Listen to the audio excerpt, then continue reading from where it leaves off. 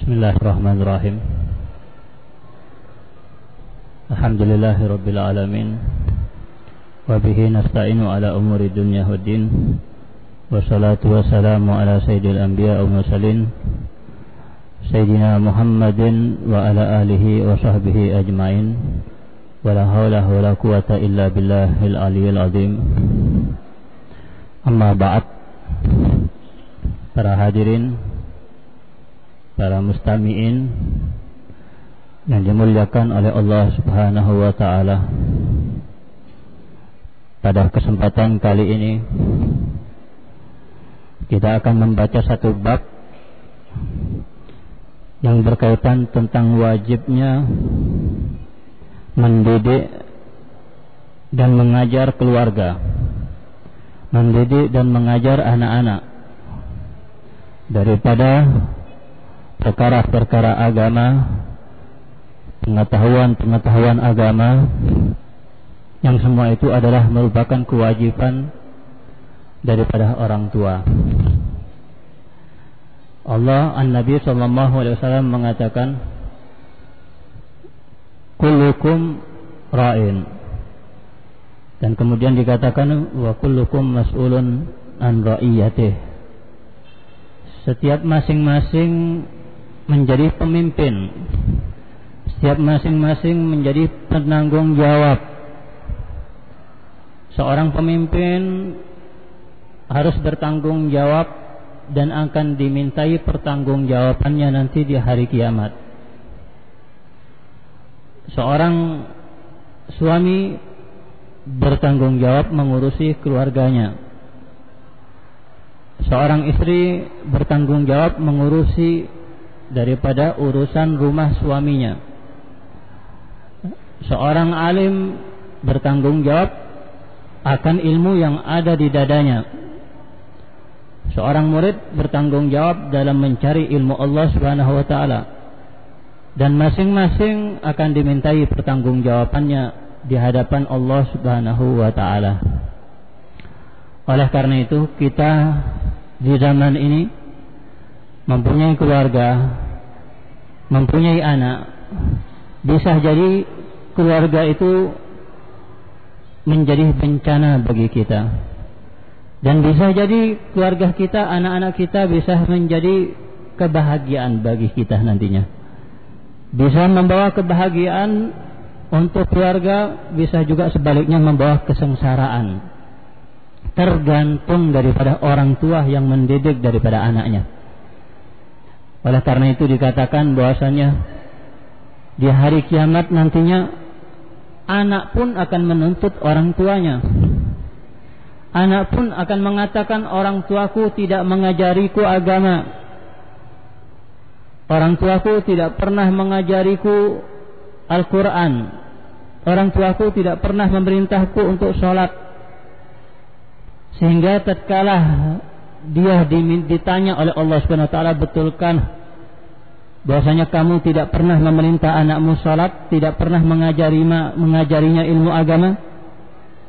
Maka ketika dijawab, iya, aku tidak pernah mengajari anakku sholat, tidak pernah memerintahnya sholat, tidak pernah mengajari anakku agama, maka Allah Subhanahu wa ta'ala menyuruh malaikat ketika itu untuk menarik orang tua, menyeret orang tua tersebut untuk dimasukkan ke dalam jurang neraka. Na'udzubillah min dzalik. Penyebabnya siapa? Yang menuntut siapa? Anak sendiri. Oleh karena itu, kita sebagai orang tua yang mempunyai keluarga atau mempunyai anak, betul-betul dalam zaman sekarang ini tanggung jawabnya besar sekali. Di mana-mana maksiat sudah menyebar. Dan maksiat tersebut dilakukan sekarang ini bukan hanya orang-orang besar, orang-orang dewasa, tapi anak-anak kecil pun sudah berbaur dengan orang-orang besar untuk melakukan maksiat. Sekarang kita banyak melihat anak-anak kecil sudah mulai menghisap yang namanya narkoba.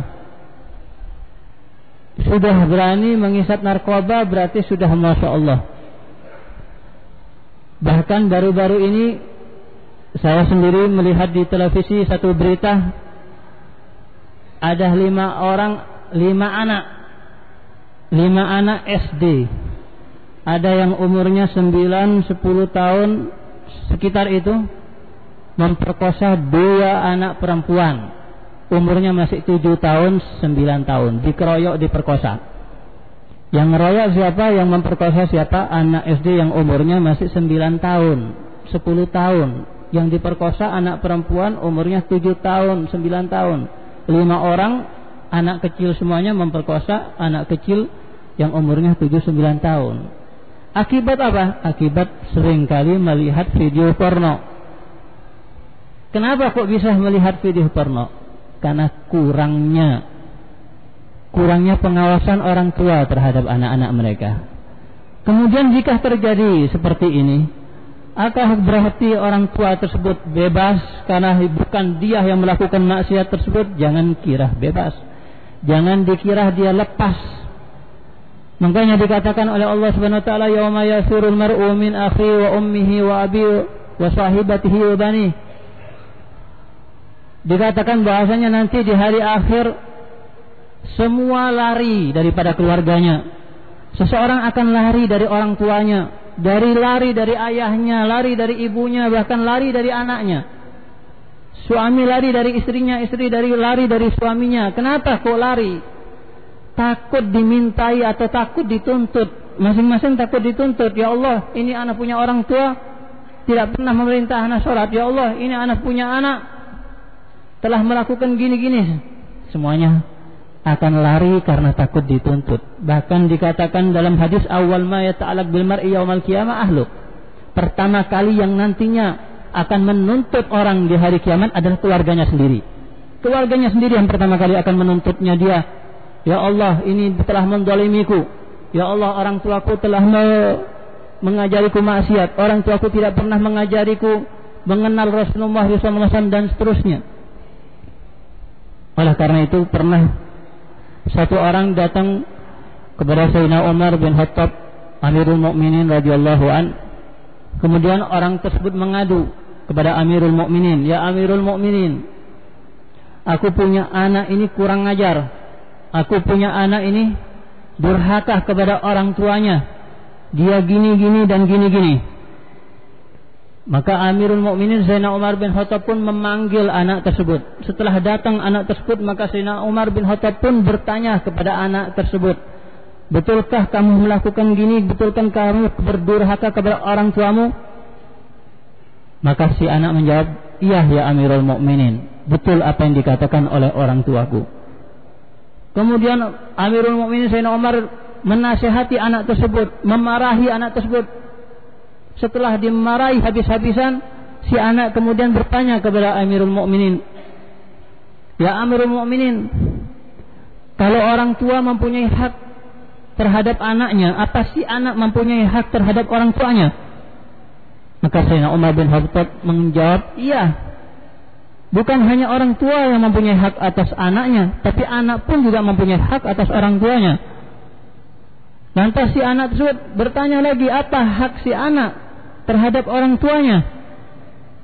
Maka Sayyidina Umar bin Khattab mengatakan, hak anak terhadap orang tuanya pertama, harus dia memilih untuk ibu anaknya, artinya istrinya, perempuan yang salihah. Harus dia pintar-pintar memilih istri, yang berarti istri calon ibu anaknya, memilih dengan perempuan yang salihah. Itu yang pertama. Yang kedua, kata Sayyidina Umar, memberi anak dengan nama yang baik. Dan yang ketiga, mengajarinya Al-Quran, mengajarinya agama. Kemudian si anak mengatakan, ya Amirul Mukminin, demi Allah, aku punya orang tua tidak memberikan kepadaku hakku semuanya itu. Orang tuaku memilih ibuku perempuan, bukan perempuan yang salihah. Bahkan perempuan ibuku ini perempuan yang budak, yang hidup dengan orang Majusi, dalam didikan orang-orang Majusi. Dan yang kedua, orang tuaku tidak memberiku nama yang baik. Bahkan aku diberi nama dengan nama binatang. Dan yang ketiga, orang tuaku tidak pernah mengajariku salat, apalagi mengajariku Al-Quran. Akhirnya Sayyidina Umar mengatakan, ya ayyuhar rajul, anta tastaki uquqa ibnik, wa anta qad aqaqtahu qabla an ya'uqqak, wa asa'ta ilaihi qabla an yusi ilaik. Wahai laki-laki, kamu mengadu kepadaku bahasanya orang anakmu durhaka kepadamu. Ketahuilah bahasanya kamu telah durhaka terlebih dahulu kepada anakmu sebelum dia berdurhaka kepadamu. Kamu telah berbuat jelek terlebih dahulu kepada anakmu sebelum anakmu berbuat jelek kepadamu. Yang salah orang tuanya. Oleh karena itu tadi dikatakan seorang anak mempunyai hak untuk memilih ibu si anak tersebut perempuan yang salihah. Makanya dikatakan oleh Rasulullah SAW, tunkahul mar'u li arba.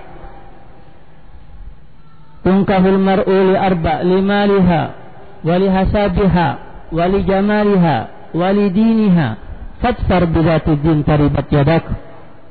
Kata Rasulullah SAW, orang-orang ini kalau menikah pasti mencari sifat yang 4 ini, salah satu daripada 4 sifat. Ada yang mencari wanita karena ingin kedudukannya, karena anaknya si fulan, karena anak orang kaya, karena orang yang nasabnya Masya Allah, anak pejabat. Ada lagi yang menikahi perempuan karena kecantikannya. Ada lagi yang menikahi perempuan karena hartanya, karena orang kaya, tidak melihat dia cantik atau tidak. Ada lagi yang menikahi perempuan karena kayanya. Dan ada lagi yang menikahi perempuan karena kesolehannya, yang dilihat agamanya, yang dilihat salatnya, yang dilihat rajinnya berpuasa.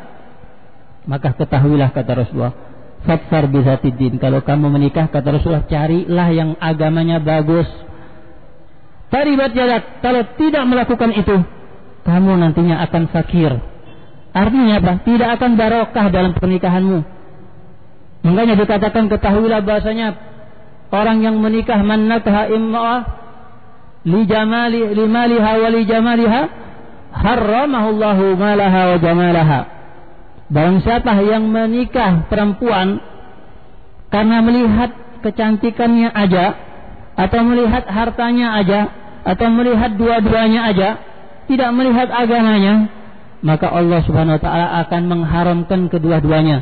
Menikahi perempuan yang cantik tapi tidak melihat solehnya, tidak melihat agamanya, kecantikannya akan menjadi pudar, kecantikannya akan berubah, mengecewakan dia. Apa gunanya cantik kalau ketika diperintah oleh suami selalu membangkang? Apa gunanya cantik tapi sering kali keluar rumah tanpa izin daripada suaminya? Apa gunanya perempuan yang cantik tapi kalau dia selingkuh dengan tetangga? Yang mana itu semuanya akan terlihat di mata suami. Perempuan bukan perempuan yang cantik, tapi perempuan yang jelek, tidak ada gunanya. Pernah saat zaman Rasulullah SAW, ada perempuan, ada laki-laki yang mengadu kepada Rasulullah, ya Rasulullah, aku punya perempuan, aku punya istri, suka sekali selingkuh. Kalau disentuh oleh laki-laki lain yang bukan mahramnya, tidak pernah menolak. Maka Rasulullah menjawab, kalau begitu, talikha, ceraikan istrimu. Oleh karena itu dikatakan oleh ulama bahwasanya kalau ada istri yang tidak istiqomah, ada istri yang tidak istiqomah, suka maksiat, suka selingkuh, dianjurkan dan disunahkan untuk dicerai. Dilihat dari hadis ini, Rasulullah mengatakan, talikha, ceraikan istrimu. Kata laki-laki tersebut, ya Rasulullah, tapi aku cinta sama dia, tapi aku senang sama istriku. Idzan amsikha, kalau kamu masih cinta sama dia, kalau begitu jangan dicerai. Karena Rasulullah melihat, kalau dia mencerai istrinya padahal dia cinta, akan menjadikan petaka bagi dia, akan menjadikan dia terus-menerus akan mengikuti dia, padahal sudah dicerai, bahkan akan menjadikan maksiat yang besar lagi. Maka Rasulullah mengatakan, amsikha, kalau begitu kamu tahan dia. Artinya apa? Artinya di sini perempuan yang cantik pun tidak akan terlihat cantik kalau tidak ada kesolehannya. Perempuan yang kaya, istri yang mempunyai harta yang banyak, tapi tidak ada kesolehannya, tidak ada agamanya, akan terlihat seperti orang yang tidak punya apa-apa. Artinya tidak menguntungkan apa-apa, seperti yang dikatakan, tidak akan diberikan hartanya oleh Allah Subhanahu wa ta'ala. Dia punya istri kaya raya, tapi dia dijadikan oleh istrinya sebagai pembantu di rumahnya, disuruh mencuci, disuruh mengepel, karena dia merasa istrinya orang kaya, anaknya, suaminya tidak punya kerjaan. Jadi istri suaminya yang disuruh mengepel, suaminya yang disuruh, dan ini betul-betul terjadi. Apa gunanya mempunyai istri yang kaya kalau dia menjadi pembantunya? Tapi kalau dia menikahi perempuan karena agamanya, karena kesolehannya, akan diberikan oleh Allah Subhanahu wa ta'ala kecantikannya, dan akan diberikan oleh Allah Subhanahu wa ta'ala harta, diberi barokah. Bahkan dikatakan dalam hadis, hagun man salasa hagun 'alallahi aunuh, ada 3 orang yang akan ditanggung oleh Allah Subhanahu wa ta'ala rizkinya, akan dibantu oleh Allah. Salah satunya dijawab, man tazawwaja lillah, barang siapa yang menikah karena Allah Subhanahu wa ta'ala, menikah karena ingin menahan dirinya daripada maksiat, menikah karena ingin dia melaksanakan sunnahnya Rasulullah SAW, menikah karena ingin membanggakan Rasulullah SAW dengan mempunyai keturunan yang hal itu dibanggakan oleh Rasulullah SAW. Niat-niat yang seperti itu kita banyak mendapatkan laki-laki yang menikah tapi tidak ada niat yang baik di dalam hatinya. Niat hanya ingin melampiaskan hawa nafsunya aja ketika menikah. Tidak ada niat ingin menahan dirinya daripada maksiat, menyenangkan Rasulullah SAW, memberi keturunan, dan mencari nafkah yang mana mencari nafkah untuk keluarga adalah sesuatu yang dianggap ibadah dalam agama tersebut. Tidak ada niat tersebut. Ali bin Abu Bakar As-Sakran ketika menikah sampai dia mengatakan, aku menikah, dan ketika aku menikah aku ada niat 70 niat. 70 niat ketika menikah. Kita 1-2 pun tidak ada niat. Ini yang perlu kita ketahui. Jangan kita ketemu perempuan di jalan, di alun-alun, tahu-tahu besoknya kita nikahi. Ketemu di mall kita nikahi. Apalagi ketemu di diskotik karena cantik kita nikah, tanpa kita melihat dulu agamanya. Ya anaknya jadi apa nanti? Makanya kata Rasulullah SAW, iyyakum wal khadra ad-diman. Qaqilah ya Rasulullah, wa ma khadra ad-diman? Ala al-mar'atul hasna fil manbatis su'. Kata Rasulullah SAW, hati-hati. Hati-hati, kenapa? Hati-hati perempuan yang salih, perempuan yang cantik, tapi dia keturunan daripada orang yang tidak saleh, berasal dari keluarga yang tidak saleh, keluarga-keluarga yang nakal, keluarga-keluarga yang minum-minuman keras, keluarga yang tidak pernah sholat. Jangan menikahi perempuan dari keluarga tersebut. Kenapa? Karena al-irq dasas, al-irq nafsa. Ketahuilah, kita punya anak pun tidak jauh dari ibunya nanti. Kita punya anak pun kalau kita menikahi perempuan yang tidak pernah sholat, kita akan punya anak yang tidak pernah sholat seperti ibunya. Kita menikahi perempuan yang pelatur, suka zina, kita akan punya anak seperti ibunya, akan melakukan zina nantinya. Itu yang dikatakan oleh Rasulullah SAW. Oleh karena itu sampai dikatakan oleh Rasulullah SAW dalam hadisnya, mastafadal mar'u ba'da taqwallah min imra'ah salihah khairan lahu min imra'ah salihah.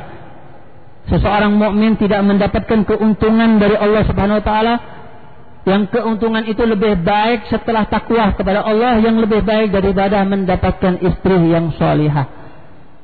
Kalau sudah mendapatkan istri salihah berarti keuntungan yang luar biasa, keuntungan yang besar, yang paling besar setelah mendapat keuntungan takwa kepada Allah Subhanahu wa taala.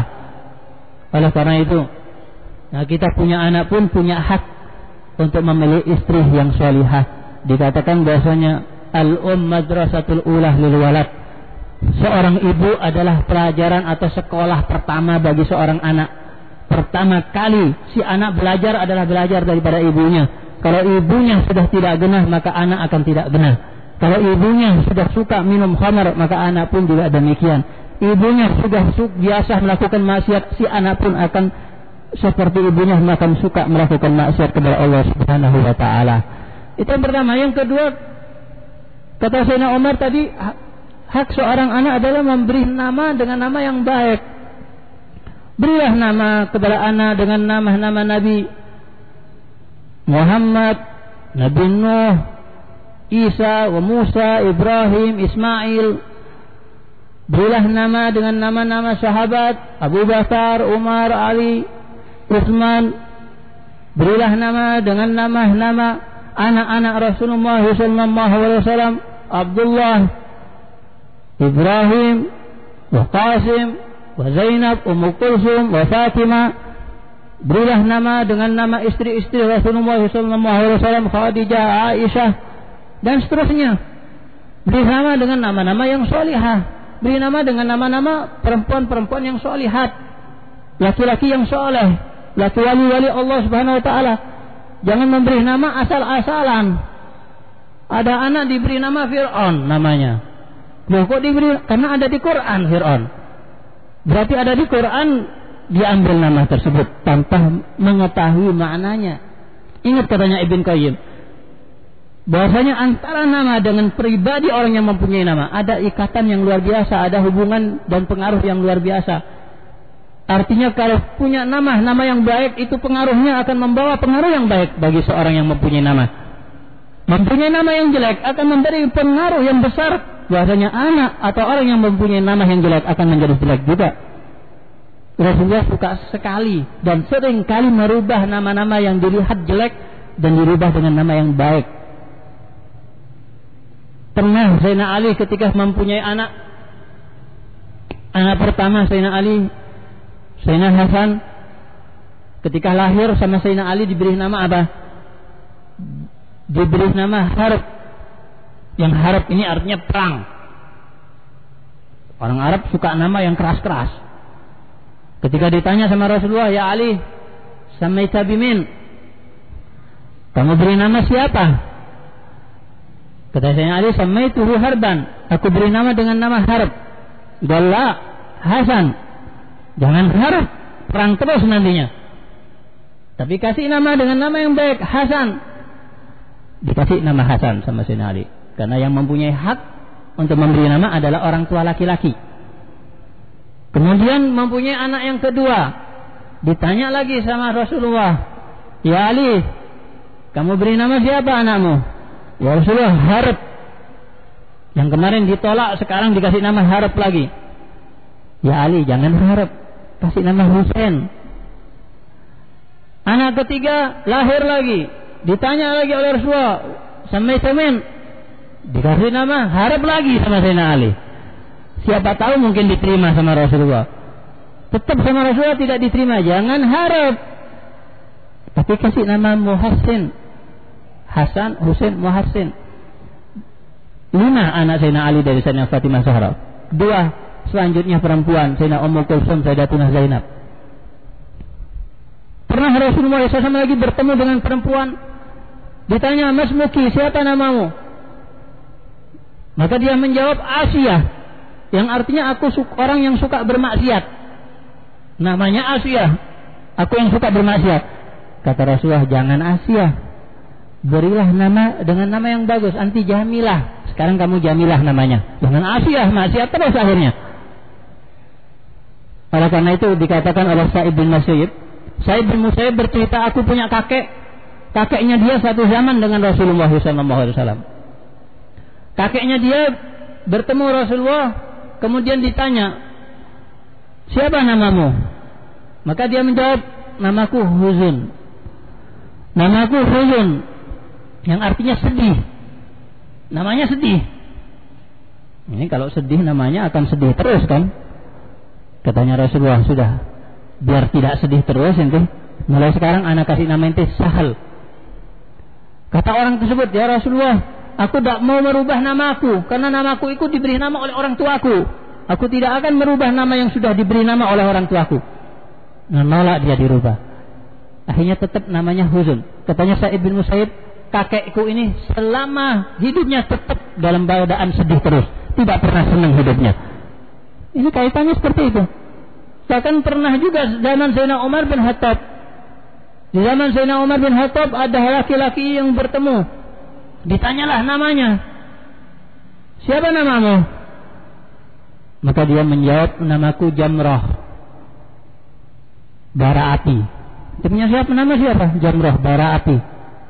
Namanya sudah bara api ini. Ditanya lagi, orang tuamu siapa namanya? Syahab, api yang menyala-nyala. Sudah namanya bara api, binnya bin api yang menyala-nyala. Rumah kamu di mana? Rumahku Bahar Jahannam, lautan neraka. Nama kotanya lautan neraka lagi. Panas semuanya ini. Kampungnya di mana? Kampungnya Zatul Lada. Zatul Lada salah satu nama neraka. Ya Allah, katanya Sayyidina Umar, sekarang cepat-cepat pulang. Nanti punya rumah kebakaran. Pulang, betul rumahnya kebakaran. Tidak salah, karena kepanasan. Namanya semuanya panas-panas. Oleh karena itu ada hubungannya antara nama dengan yang mempunyai nama, pengaruhnya besar. Rasulullah SAW namanya sendiri siapa? Muhammad, Ahmad. Kenapa dia beri nama Ahmad? Karena mengandung sifat-sifat yang terpuji. Namanya Muhammad, Ahmad diambil daripada hamad, pujian. Tidak heran akhirnya Rasulullah mempunyai sifat-sifat yang terpuji. Ahmad yang lebih terpuji. Tidak heran dia mengungguli semua orang, semua makhluk bahkan. Karena apa? Karena namanya Ahmad, Muhammad. Kalau sekarang kalau sudah namanya mengambil nama-nama barat, mengambil nama bintang film, jangan salah kalau meniru mereka nantinya ketika besar. Jangan salah kalau seperti mereka bermaksiat kepada Allah ketika besar. Namanya sendiri seperti nama mereka. Kata Rasulullah SAW, innakum tud'auna yawmal qiyamati bi asma'ikum wa asma'i abaikum fahassinu asma'akum. Ketahuilah bahasanya kamu dan kalian semuanya nanti di hari kiamat akan dipanggil dengan nama kalian sendiri dan dengan nama ayah kalian. Jadi kalau memberi nama, berilah nama yang baik. Muhammad, Ahmad, Abdurrahman, dipanggil di hari kiamat di depan orang-orang dan di depan semua makhluk ketika itu.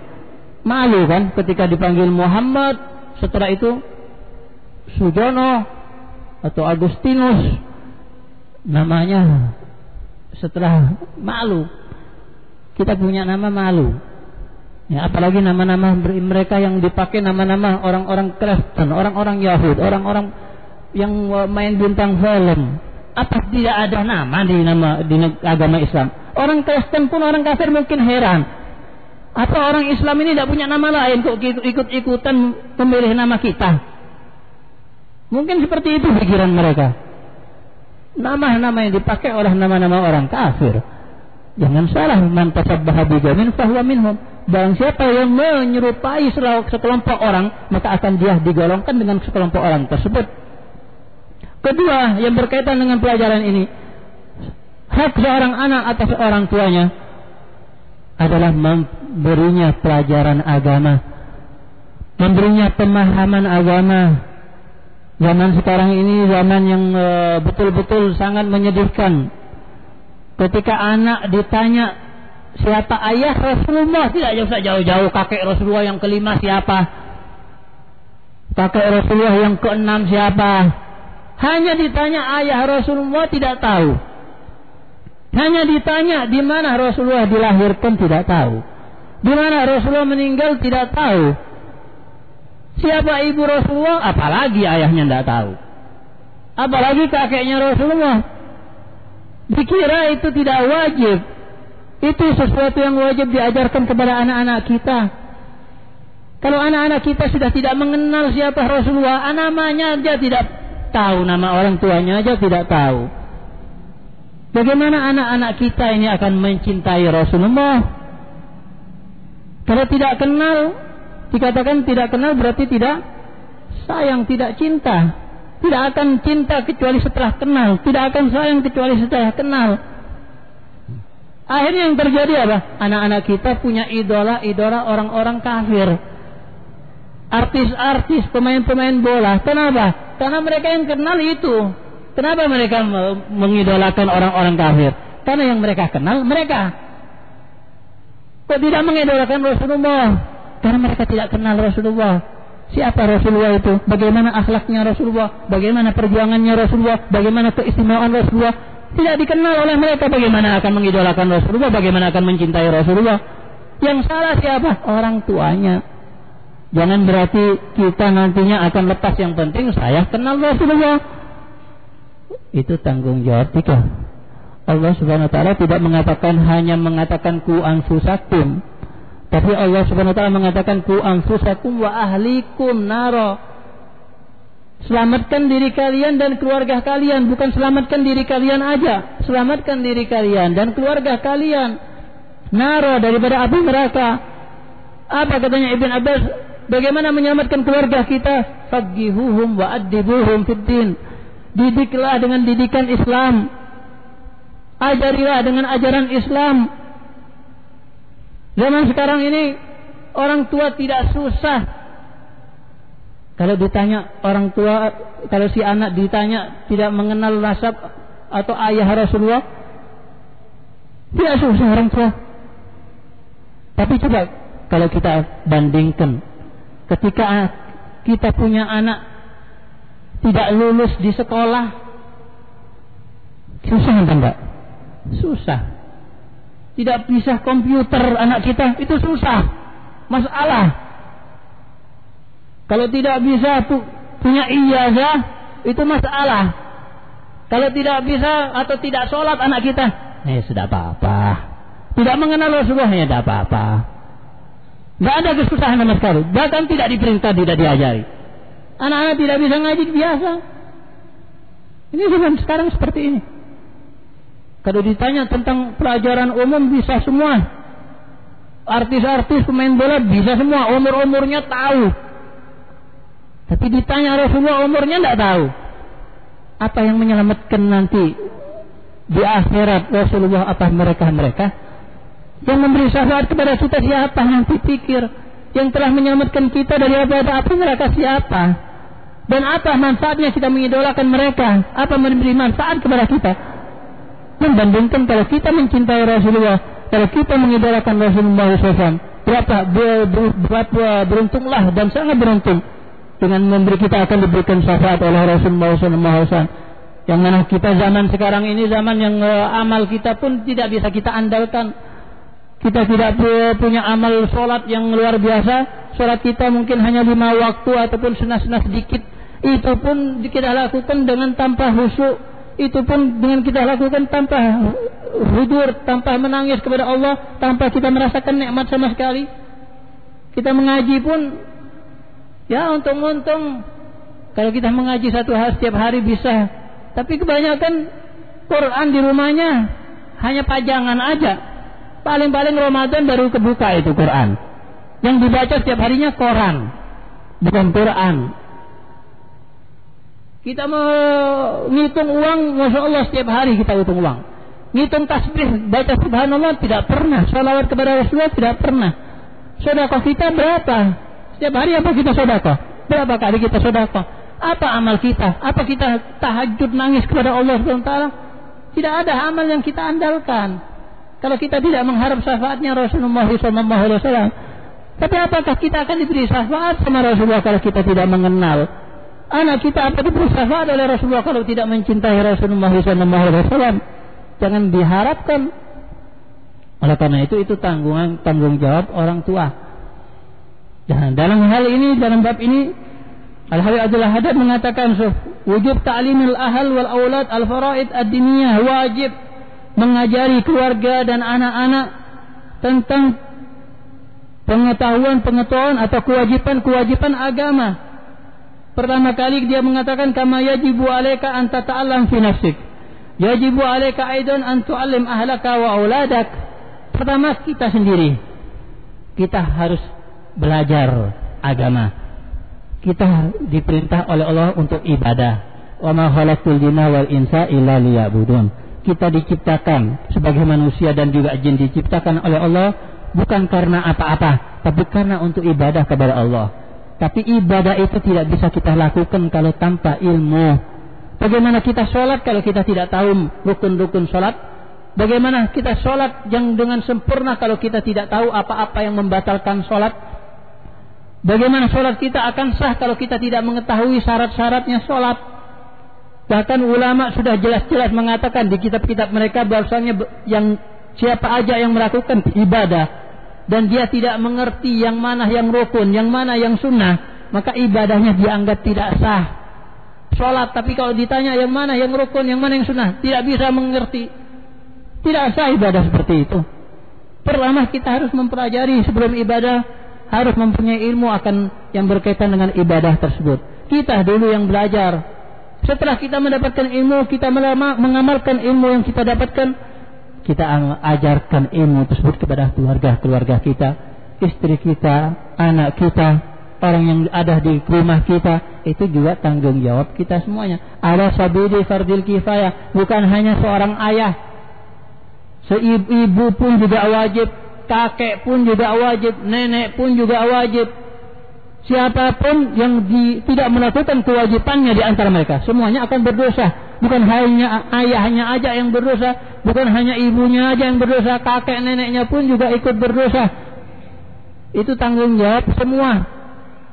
Nah, makanya dikatakan di sini, antu alim ahlak wa auladak wa kullaman laka wilayatun alaih. Dan siapa aja yang kamu mempunyai kekuasaan atasnya. Guru, sebagai guru di pondok mempunyai tanggung jawab untuk mendidik anak-anak yang di pondoknya. Yang di sekolah bertanggung jawab mendidik anak-anak yang di sekolahnya. Atau anak yatim, orang yang mengurus anak yatim, menjadi tanggung jawabnya dia mengurus anak-anak yatim. Tanggung jawab dalam hal apa? Dalam hal yang disebutkan tadi. Mengenalkan kepada mereka Allah Subhanahu Wa Taala, mengenalkan kepada mereka Rasulullah SAW, dan mengajari mereka apa-apa yang wajib, dan mengajari mereka apa-apa yang haram, yang dilarang dilakukan oleh seseorang, dan mengenalkan kepada mereka bagaimana cara ibadah, mengajari mereka bagaimana cara melakukan ibadah yang sempurna. Itu tanggung jawab kita semuanya. Fa in lam taqdir an tu'allimahum kana 'alaika an ta'murahum bil khuruj ila ahli ilm. Kalau kamu tidak bisa mengajari, kalau kamu tidak punya ilmu untuk mengajari mereka, kamu punya kesibukan, tidak bisa mendidik anak-anak kamu, kata Habib Abdullah Haddad di sini, serahkan kepada orang yang bisa mengajari. Serahkan kepada orang-orang yang bisa mendidik anakmu. Masukkan ke sekolah-sekolah, masukkan kepada pondok. Jangan dibiarkan sibuk, tidak bisa mendidik anak, dibiarkan seperti itu anak kayak binatang berkeliaran kemana-mana tanpa ada pengawasan. Ingat, bahasanya kita pun juga akan kena imbasnya. Kita pun juga akan ditanya di pengadilan Allah Subhanahu Wa Taala. Wa illa asimtah, kalau kamu tidak melakukan hal itu, kamu pun juga ikut berdosa, kata Habib Abdul Haddad. Wa asimu, mereka pun juga berdosa, anak-anak kalian. Wal qadar al wajib minal ilm ala kulli muslim laisa bikathir. Katanya Habib Abdul Haddad, sebenarnya sih ilmu-ilmu yang wajib dipelajari sebenarnya tidak banyak. Ilmu-ilmu yang dipelajari sedikit, tidak banyak. Apa yang ilmu yang wajib dipelajari? Ilmu yang wajib dipelajari adalah pertama mengenal Allah, kedua mengenal Rasulullah SAW, dan ketiga dia mengetahui cara beribadah dan mengetahui apa-apa yang dilarang oleh Allah Subhanahu Wa Taala. Itu aja. Dia mengenal Allah, sifat-sifat Allah, mengenal Rasulullah, bagaimana akhlak Rasulullah, nasab Rasulullah. Kemudian setelah itu dia belajar bagaimana cara sholat, bagaimana cara melakukan puasa, bagaimana cara berwudu, apa yang membatalkan puasa, apa yang membatalkan wudu. Dan kemudian mempelajari ibadah-ibadah yang wajib yang lainnya, bagaimana cara melakukannya, apa syaratnya, apa rukunnya, dan mempelajari apa-apa aja yang diharam. Itu aja. Tidak banyak. Ya. Tidak banyak, tapi itu sesuatu yang penting. Wala yakad yalahat atau librahu fi talabihi masyaqqa insyaallah li suhulatihi. Dikatakan tidak, insya Allah tidak repot mempelajari ilmu agama yang wajib. Insya Allah tidak susah. Walaupun seorang yang sudah merasa saya sudah tua, saya sudah punya anak, saya punya istri, tetap tidak ada halangan untuk mencari ilmu. Tidak ada halangan untuk belajar. Utrubul ilma minal mahdi ilal lahad. Carilah ilmu dari semenjak bayi sampai kamu dimasukkan ke dalam kuburan. Tidak ada halangan tua, tidak ada halangan aku sudah punya keluarga. Belajar ilmu agama tidak ada waktunya, tidak ada umur tertentu. Bahkan di zaman ratusan tahun yang lalu kira-kira diceritakan di Hadramaut ada orang yang sudah umur 70 tahun, bahkan lebih, 70 lebih. 70 tahun dia mencari pekerjaan, kesana kesini dia tidak mendapatkan pekerjaan, tidak ada yang memberinya pekerjaan. Akhirnya ada orang yang menyuruhnya dia untuk mencari keberuntungan di negeri India. Pergilah dia ke India, cari keberuntungan di situ. Dari satu tempat dia cari kerjaan ke tempat yang lain, tetap dia tidak mendapatkan pekerjaan. Karena ketika ditanya, namanya umur 70 tahun lebih, mau jadi apa dia kerjanya? 70 tahun lebih, hampir 80 tahun. Mau jadi tentara, waktunya sudah hampir mati. Mau jadi polisi sudah pensiun. Ya tidak mau suruh ngangkat-ngangkat, tulangnya hancur semuanya nanti. Jadi tidak ada yang memberi pekerjaan, tidak ada yang cocok, ada tapi tidak sesuai dengan umurnya. Sampai orang kasihan sama dia, melihat umurnya yang begitu tua. Akhirnya ada yang mengatakan, sudah lebih baik kamu masuk aja satu pondok, di situ ada pondok yang gratis. Kamu belajar di situ. Nanti kamu di situ diberi makan gratis daripada kamu tidak bisa makan. Akhirnya orang tersebut pun masuk ke dalam pondok dengan niat bisa makan di situ. Tapi setelah dia masuk pondok, dia belajar padahal umurnya sudah begitu tua. Bahkan dia mengalahkan anak-anak yang muda yang ada di pondok tersebut. Dan tidak lama dia menjadi orang alim. Yang di pondok di situ yang menjadi pemimpinnya meninggal dunia, dia menjadi penggantinya. Bahkan dia menjadi Syekhul Islam, Syekhul Hadis, menjadi orang yang alim khususnya di dalam bidang hadis. Padahal umurnya berapa belajar? 70 tahun lebih. Tidak menghalangi untuk menjadi orang alim, tidak menghalangi untuk belajar. Selama ada kemauan, itu aja. Selama ada semangat, tidak ada halangan untuk belajar. Sahabat-sahabat yang belajar Rasulullah bukan muda-muda aja, yang tua-tua pun juga banyak. Belajar juga, hadir juga di majlis Rasulullah SAW. Apalagi orang tua malah yang lebih penting. Kenapa? Karena agar dia namanya orang tua ya tidak lama hidupnya akan meninggal dunia. Siapa tahu dia meninggal dunia dalam keadaan mencari ilmu. Dikatakan man ja'ahul maut wa huwa yatlubul ilm liyuhyiha bihil Islam liyuhyiha bihil Islam falaysa bainahu wa bainal anbiya fil jannah ila darajah. Barang siapa yang mencari ilmu, niatnya bagus, niatnya baik, kemudian dia mati dalam keadaan tersebut, maka insyaallah di surga, kata Rasulullah, antara dia dengan antara nabi-nabi tidak ada bedanya kecuali 1 derajat aja. Mereka nabi-nabi ya karena mereka punya derajat nubuah. Karena mereka nabi-nabi Allah. Ini karena mereka bukan nabi aja.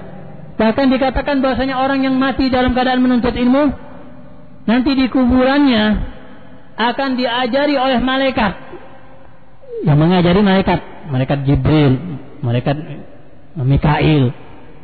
Jadi semoga bukan manusia lagi. Nanti kalau ditanya gurunya siapa? Guru anak Jibril, guru anak Mikail, Israel yang nyabut nyawanya dia lagi. Ya, insya Allah lebih alim daripada diajari Ustadz Fulan. Malaikat langsung yang ngajari.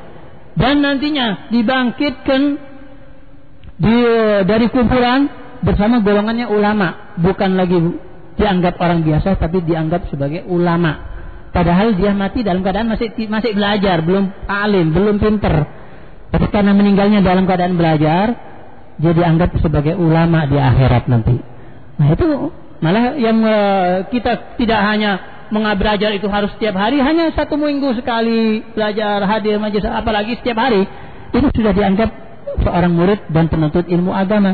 Bahkan banyak di antara mereka yang sudah alim-alim, yang sudah pinter-pinter, ilmunya sudah Masya Allah, tapi tidak menghalangi untuk belajar, walaupun seminggu sekali tetap belajar, padahal alim. Ketika ditanya, kamu ini kok masih belajar sih? Kamu ini pantasnya hanya ngajar, sudah tidak perlu belajar lagi, kamu alim.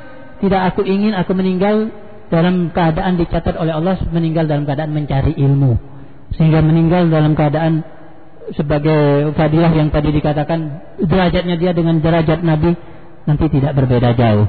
Hanya bedanya mereka adalah nabi-nabi Allah. Kalau ini bukan nabi Allah SWT, itu aja bedanya. Kemudian dikatakan selanjutnya di sini, wali anna Allah subhanahu wa ta'ala yu'inuhu ala dzalik wa yasirhu lahu idza salahat niyatu. Dan insyaallah kalau ada kemauan, maka Allah subhanahu wa ta'ala akan membantunya untuk memberinya ilmu, membantunya ketika dia mencari ilmu, ketika belajar mencari ilmu agama Allah subhanahu wa ta'ala. Buktinya seperti orang tua yang saya ceritakan tadi, dengan usia yang sudah tua, tapi karena ada kemauan, maka dia dapat bantuan oleh Allah, dari Allah subhanahu wa ta'ala, sehingga mendapatkan ilmu yang bermanfaat. Mudah-mudahan kita semuanya diberikan oleh Allah subhanahu wa ta'ala ilmu yang bermanfaat, diberikan oleh Allah subhanahu wa ta'ala anak-anak dan keturunan yang saleh dan salihah, yang selamat daripada fitnah-fitnah, yang selamat daripada maksiat-maksiat. Mudah-mudahan kita meninggal dalam keadaan husnul khatimah, mempunyai istri yang salihah. Mudah-mudahan kita semuanya didekatkan dan digolongkan dengan Nabi Muhammad SAW, mendapatkan syafaat beliau, mendapatkan syafaat awliyaullah, mendapatkan syafaat as-salihin dan ulama-ulama Allah subhanahu wa ta'ala. Mudah-mudahan kita semuanya diberikan husnul khatimah indal maut ala hadinya kunya salihah jami'ah hadin khairah wa ila hayrati Nabi Muhammad SAW. Fatihah.